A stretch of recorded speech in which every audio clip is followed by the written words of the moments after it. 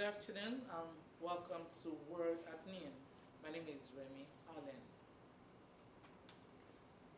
Though newly inaugurated commissioners of the Ondo State Civil Service Commission have been charged to do their best to add value to the present administration in the state by justifying the confidence reposed in them, Governor Lucky Aiyedatiwa, at the official inauguration of the new appointees, renewed his commitment to always promote efficient service delivery and urged workers in the state to shun acts capable of bringing the state to disrepute. Governor Aiyedatiwa, who congratulated the appointees, reaffirmed his passion to make the state better.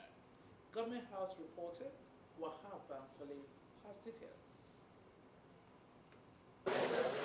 The arrival of Governor Lucky Aiyedatiwa at the Koko Conference Hall of the Governor's Office in Akure marked the official commencement of the inauguration of the three newly appointed commissioners in the Ondo State Civil Service Commission. For the new appointees, it was time to take the oath of office and allegiance. That as a member of Ondo State Civil Service Commission,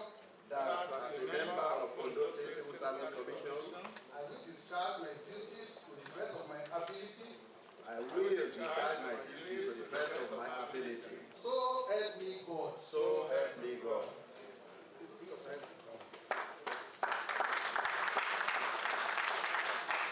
Governor Lucky Aiyedatiwa, who congratulated the new appointees, urged them to justify their elevation by adding value to the state civil service. Governor Aiyedatiwa stressed the need for them to prioritize the state's interest while maintaining fairness, justice, equity, and transparency in the discharge of their duties. I wish to therefore assure you that our administration will continue to promote transparency, excellence, and dignity in the discharge of our constitutional powers of appointment in the overall interest of our dear state. Public service, being the engine room of government, must at all times live true to its traditional rules in order to facilitate the accomplishment of government projects, policies, and programs. Our administration, since inception of office, has been deliberate in prioritizing the welfare of public servants. The governor, who emphasized the importance of a rigorous selection process to ensure competent and productive officers within the civil service, highlighted his administration's efforts to enhance workers' welfare, including regular promotion, recruitments into critical sectors, regular salary payment, and provision of official vehicles to appointed permanent secretaries. Let me reiterate my regular charge to public servants, as represented by the accounting officers that are here, not to be directly or remotely connected with anything that can bring the government into disrepute or jeopardize the sanctity of the state civil service. Ambassadors in and out of office environment. Aiyedatiwa praised the Civil Service Commission for its roles in promoting high moral values, efficiency, and responsiveness within the state civil service system. Responding on behalf of other appointees, Mr. Matthew Imoru appreciated Governor Aiyedatiwa for the opportunity to serve, which had promised not to betray the trust and confidence. We pray that the Almighty God will help us to meticulously keep our oath, and we will do that by the grace of God.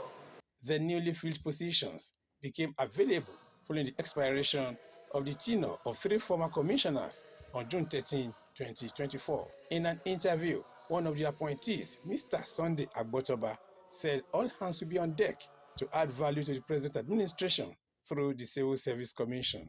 We are going to ensure that in whatever we do, as regards recruitment, discipline, and promotion, that we put in our best so that Ondo State can excel. The new appointees are Mr. Matthew Imoru, Mr. Sunday Agbotoba, and Mr. Iwani Akboibi. Wahab Bankole, Osrc News. In the meantime, Governor Laki Ayedatiwa has advised heads of local government administration across the 18 council areas to be more committed to their duties. The group, under the aegis of Conference of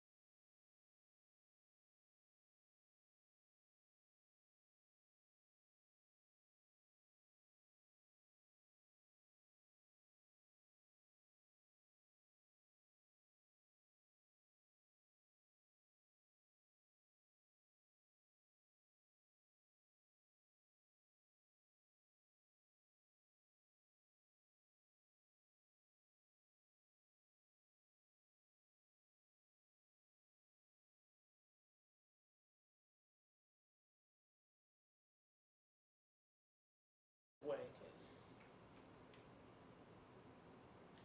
Ondo State government has embarked on a sensitization campaign to prevent cholera outbreak in the state.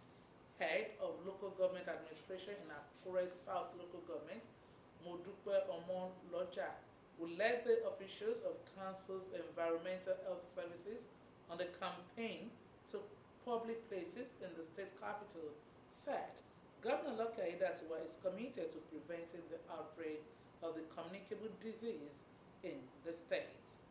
Omonion Laubiji has details. We'll bring you the report in our subsequent bulletin. The Oyo State government has declared Monday, July 8, Work-Free Day to commemorate and celebrate the new Islamic calendar year, Hijra 1446 AH.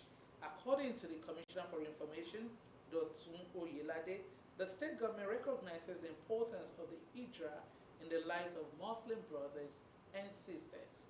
He urged all residents to use the occasion to pray for peace, unity, and prosperity in the state and the country as a whole.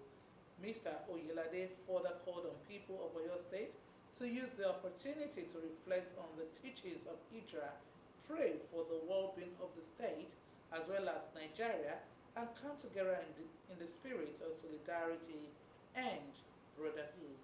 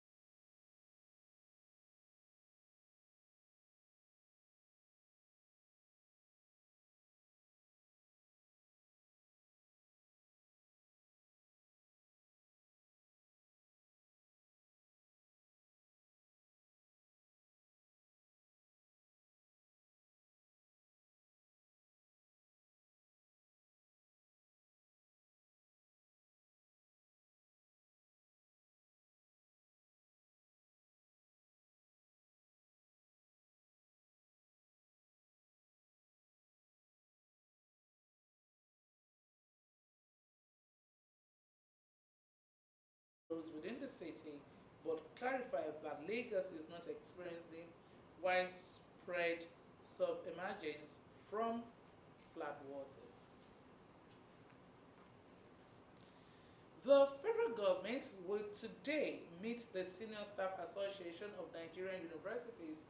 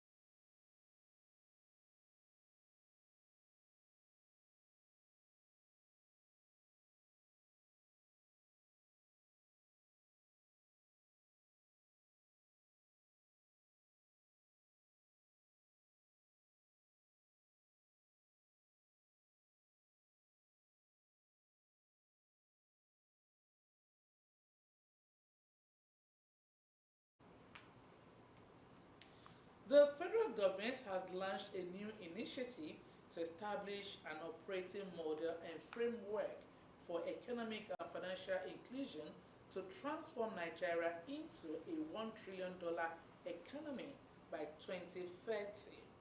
Vice President Kashin Shettima explained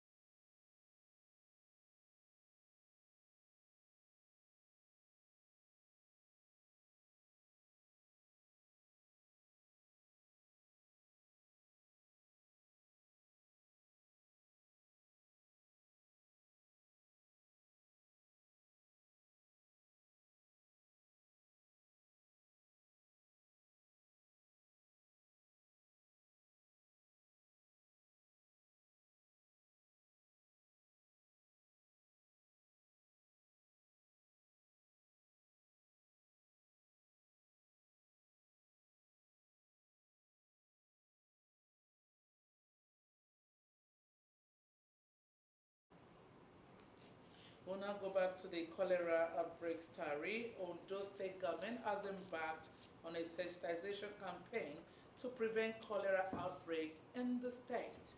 Head of Local Government Administration in Akure South Local Government, Modupe Omoloja, who led the officials of Council's Environment Health Services on the campaign to public places in the state capital, said Governor Lake Aiyedatiwa is committed to preventing the outbreak of the communicable disease in the state.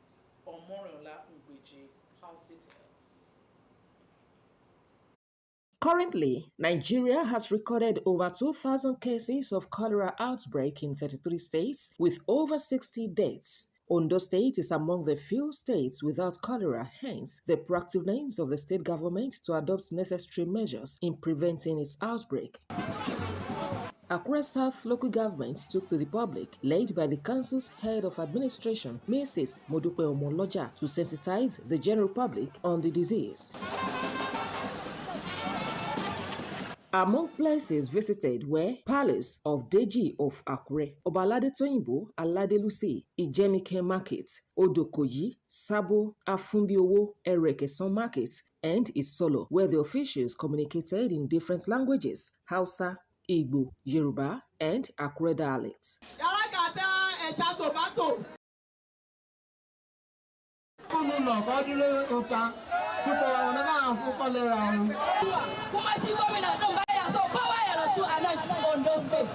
Mrs. Omoloja said the exercise is needed at this time when the state is free. The governor now deemed it fit that we need to sensitize our people so that because he doesn't want to do any mass burial in Ondo State. And that is the reason why we are here this morning to sensitize our people, to let them know that they have to be hygienic. All the surroundings they sell must be neat, and all the products they are selling must be covered with nets so that flies will not be flying on whatever they are selling. Head of Environmental Services in the local government, Grace Ikomola, enlightened the public on the measures required which will complement government's efforts in saving the state from cholera. They must wash their hands regularly with soap and water, and they must not dump their refuse inside drainage, the public drainage, even any drainage. There must not be open defecation. That is to say, they must not defecate outside. Each household must have a toilet. Then they must not buy rotten tomato, rotten pepper, rotten fruit. Then anybody that want to eat fruits must make sure, and vegetable must make sure they wash their fruits and their vegetable before they eat it.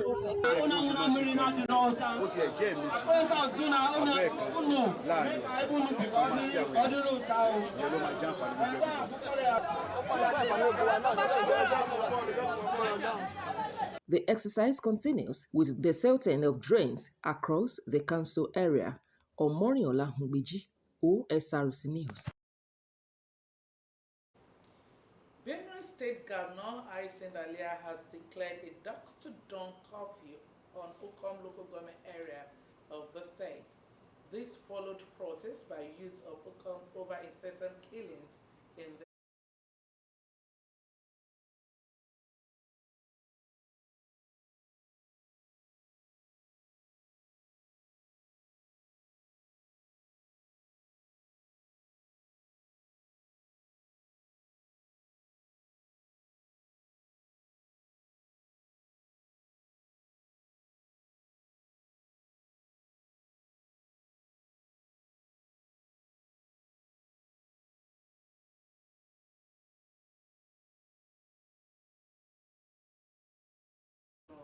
Electoral Commission.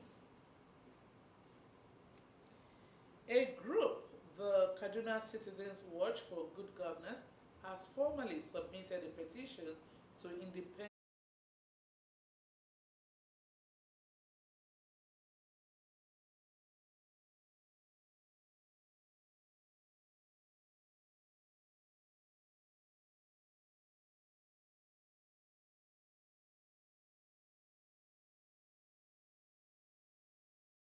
by the group comes on the back of a report by Kaduna State House of Assembly indicting El-Rufai and his appointees for alleged misappropriation of loans and theft to the tune of 423 billion naira.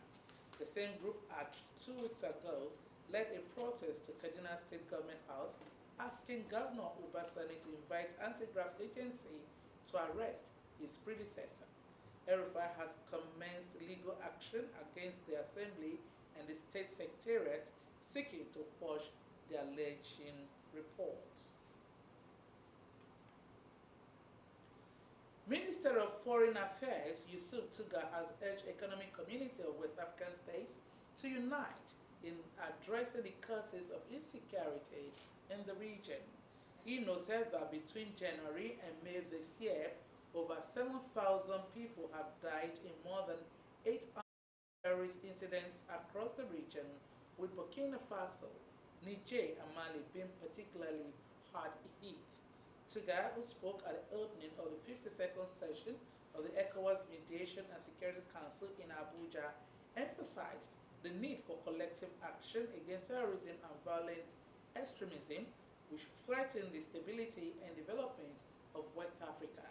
The minister, who is also the chairperson of the council, stressed the fight against terrorism must be a shared responsibility, requiring unwavering commitment from all ECOWAS member states.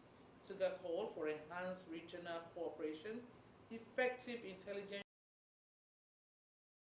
funding for the ECOWAS counter-terrorism force.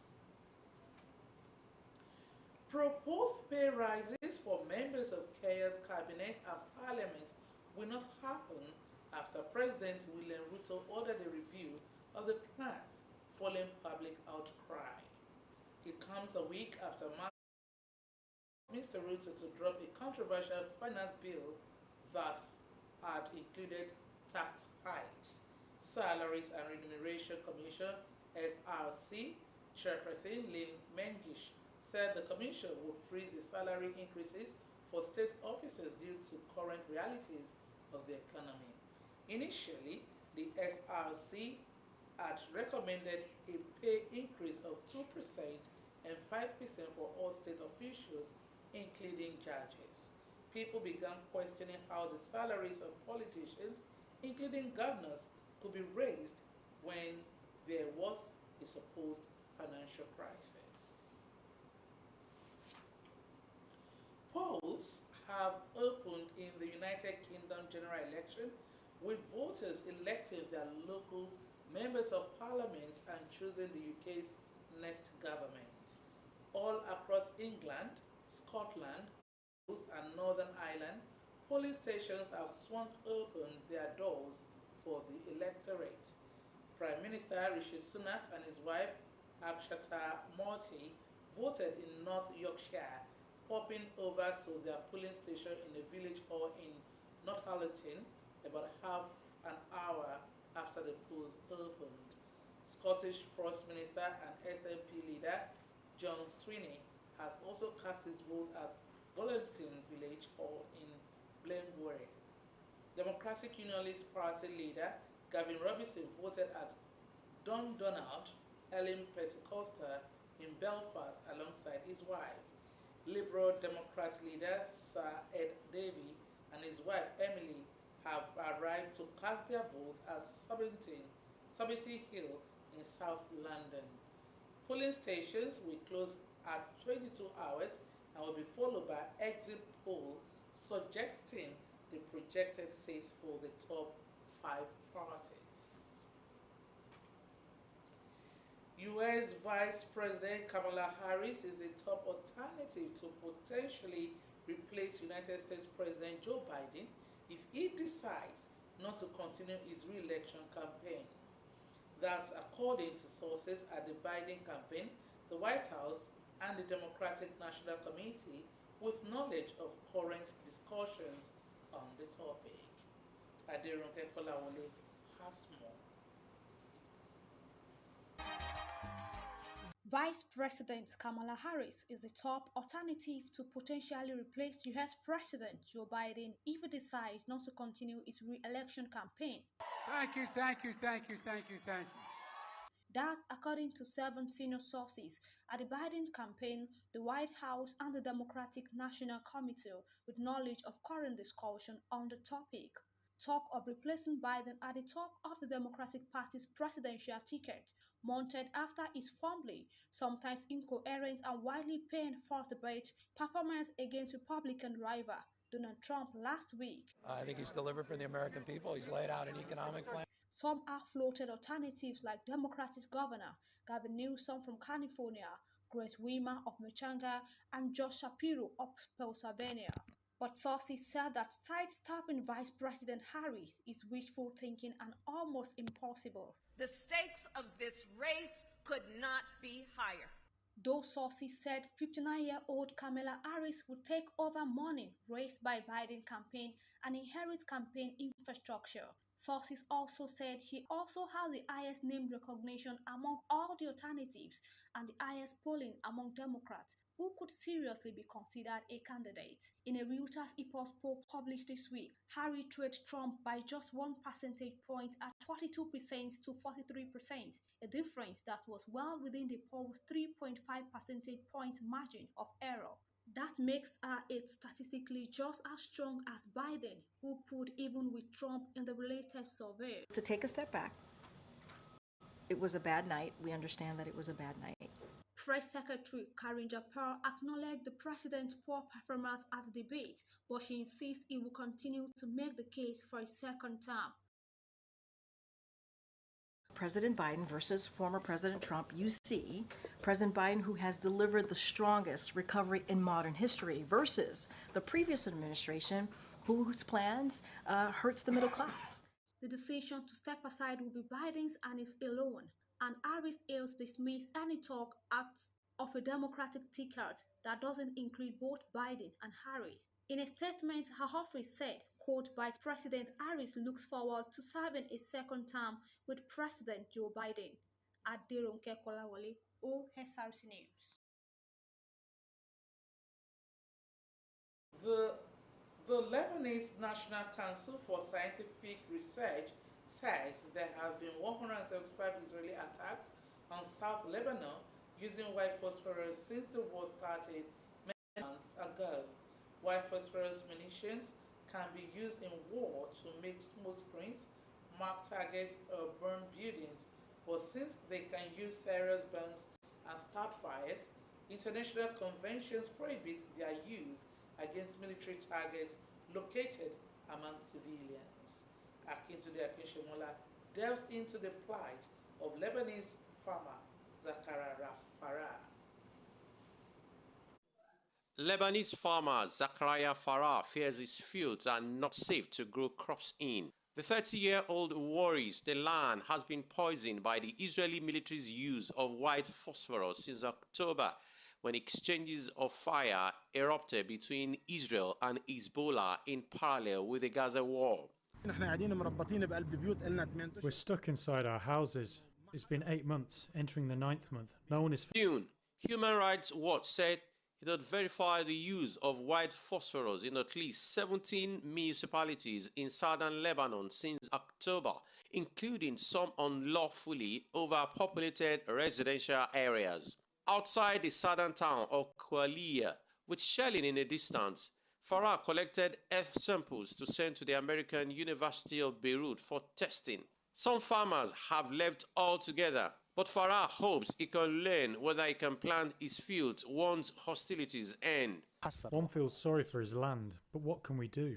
These are the soils that come from different places. Dr. Rami Zouraik, a soil chemist at AUB, has developed a research protocol to collect and examine the samples from various distances from the impact sites. So what we're looking for is what happens to the soils and to the plants in locations that have received white phosphorus bombing. Does the phosphorus remain? In what concentrations? Does it disappear? However, farmers are unwilling to gather more soil due to the steady pace of Israeli shelling. We have obtained a few results. There are too few to be able to talk about the general area, but they are sufficient for us to say that our methodology is reliable. Green Southerners, a collective of ecologists and nature lovers in Lebanon South, have filmed several incidents of shelling, they say, show telltale signs of white phosphorus attacks. The group's chairman said the attacks amount to deliberate or negligent mass destruction of a natural environment by humans. The Israeli military said smoke shells that do include white phosphorus was used to create smoke screens only. Akintunde Akinshimola for Osrc News. And that's the news. Many thanks for watching. Good afternoon.